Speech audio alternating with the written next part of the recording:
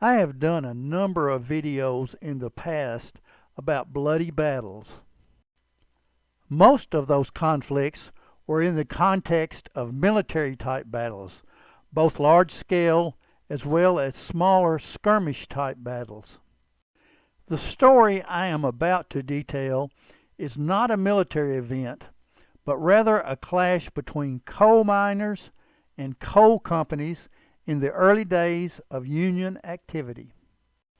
The Battle of Matewan took place on May 19, 1920, in the small West Virginia mining community of Matewan. The event is alternately called the Matewan Massacre. Albert Felts, along with 12 other individuals in the employ of the Baldwin-Felts Detective Agency, were sent to Matewan to evict men who were unlawfully possessing housing which was owned by the Stone Mountain Coal Corporation. It was common in those times for coal companies to own the housing used by many of their employees. In addition, many coal companies paid their employees in company script that could only be used in stores also owned by the company. As Tennessee Ernie Ford sang in his mega hit in the late 1940s called 16 Tons, "You load 16 tons and what do you get? Another day older and deeper in debt. St. Peter don't call me 'cause I can't go. I owe my soul to the company store." The miners illegally occupying the company housing had been repeatedly notified to vacate, but refused to comply with the lawful orders. Under the direction of Mr. Felts, the household effects of the miners were peacefully removed. During the eviction proceedings, a large number of men, headed by Sid Hatfield, the chief of police of Matewan, gathered around and acted in a threatening manner.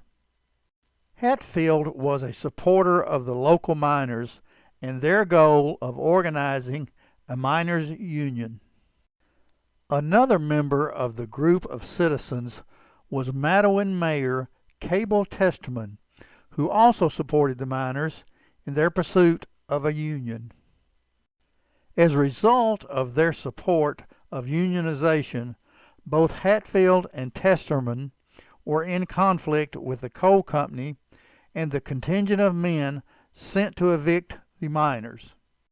By all accounts, Felts acted in a peaceful and non-confrontational manner and remarked to the mayor that he did not want to have any trouble. After the evictions had been made, Felts and his men went to the Matewan Hotel to eat and await the 5 o'clock train out of town.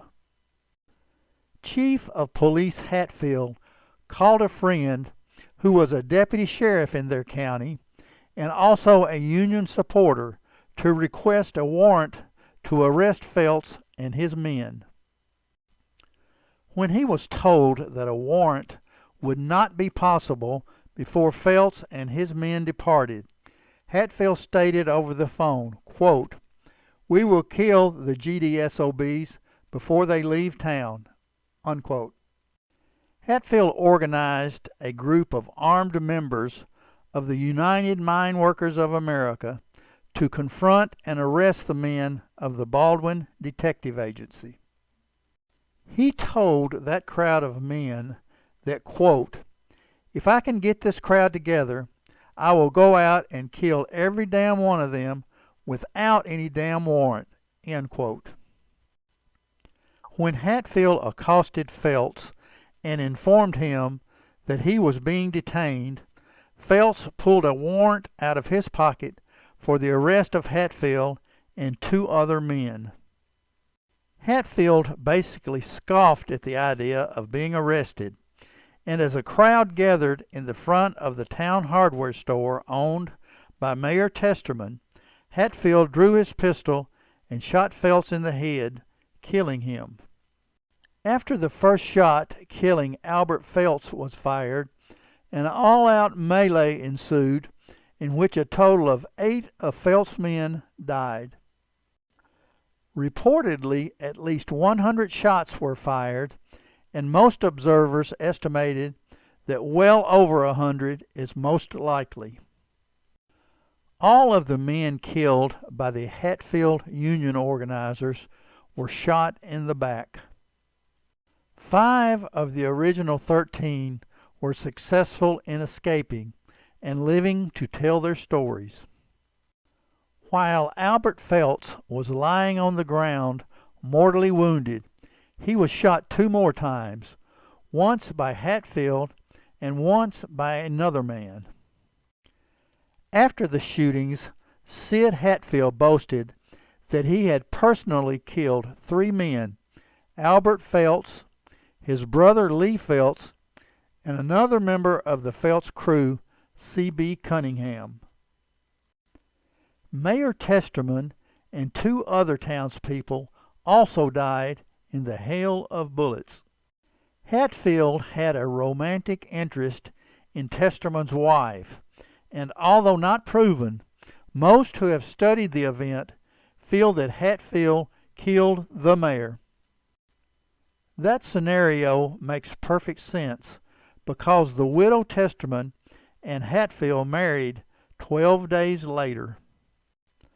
When a grand jury was convened to indict and bring to justice perpetrators of the gruesome massacre, a key witness for the prosecutors, Ans Hatfield, testified, but was shot in the dark while sitting in front of his hotel. Another key witness for the prosecution, Harry Stanton, also was mysteriously assassinated prior to the trial. Other witnesses were brutally assaulted and declined to testify at the trial, or mysteriously moved from Matewan, never to be heard from again. In the wake of the massacre, the West Virginia governor ordered the state police to take control of Matewan. Violence got so bad in the area that martial law had to be put in place, and federal troops got involved. The trial for the indicted miners, to include Police Chief Hatfield, was conducted from January 26 to March 19, 1921, with all defendants being acquitted of all charges. Tom Felts, the lone Felts brother survivor, organized a vendetta to exact revenge. On August 1, 1921, Baldwin Felts detectives assassinated Hatfield and his deputy, Ed Chambers, on the steps of the McDowell Courthouse in Welch, West Virginia. All the defendants charged with those murders were subsequently acquitted. Many historians credit the Old West of the late 1800s as being the epitome of lawlessness, but the days of the West Virginia Coal Wars take a back seat to no era when it comes to crime and lack of justice and accountability. If you enjoyed this video, give a thumbs up, click on the bell for notification of future videos, and most importantly, subscribe to the channel. As always, thanks for watching.